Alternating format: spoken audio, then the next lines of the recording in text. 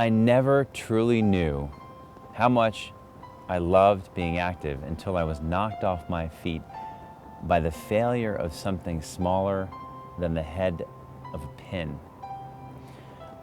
I can remember that morning so clearly. It was August 31st, 2008, and I will never forget that day because it changed everything. Triathlon was a big part of my life. That morning, I was getting ready for my 20th Ironman. I had been in the sport for 20 years, so in love with it that I had co-founded a company called Active.com and served as chairman of Triathlete magazine. Being active was my life's work and my life's passion. But on that morning, I took a running jump into the pool, catapulting my body 15 feet down, and instantly I felt something change, which later I learned was actually a vital part of my body ripping. A day or so later, I started to hear it. My right ear started to ring. A high-pitched, jarringly loud note started to play. An ENT said that sudden change in hearing and tinnitus is a medical emergency and I should come in right away. And then it started. Over the next few months, I went through test after test for sudden sensorineural hearing loss with loud tinnitus. We tested for acoustic neuroma, brain tumors, blood diseases. The list is long. And like many people, in that time I became a Google chondriac.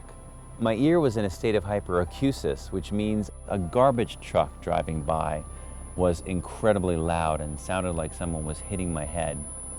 The ringing started to get louder, so much louder I couldn't focus, I couldn't eat, I couldn't read, I couldn't think. The only thing I could do was pray. And of course, Facebook. We all have our challenges. I lost my sister at age 16 to cancer. I went through 4 knee surgeries and thought for a little while I could never run again, but nothing could compare to a loud sound in your head that just wouldn't stop. Ultimately, a specialized test determined that I had something called a fistula, which is a rip of the inner ear. And the prescription to solve this problem is nothing other than bed rest, which as a triathlete is nothing other than a nightmare. Lay here and don't move.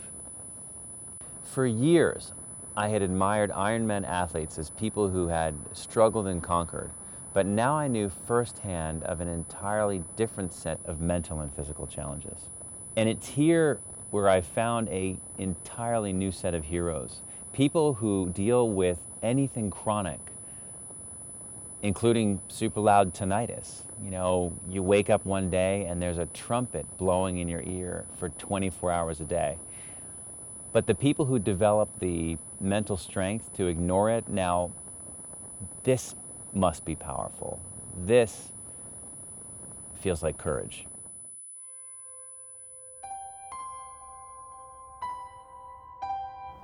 Then something miraculous happened. I remember the first day I could start to hear again from my right ear.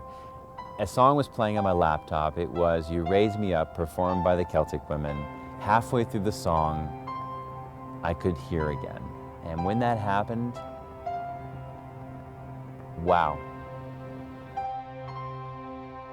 After a year, my tinnitus started to fade, or I started to not notice it. And now, it's almost gone. Everyone will struggle with something. It's a part of life. As athletes, we train hard to rip our muscles so they'll grow back stronger. Challenges and failures make us stronger. Our reactions to our struggles define us.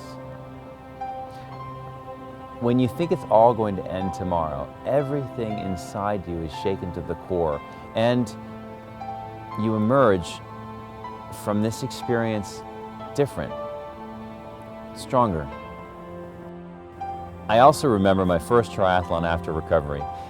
Treading water at Hapuna Beach, I looked up and I smiled and I said thanks. I could run, I could swim, I could hear again. Or maybe I could hear for the first time.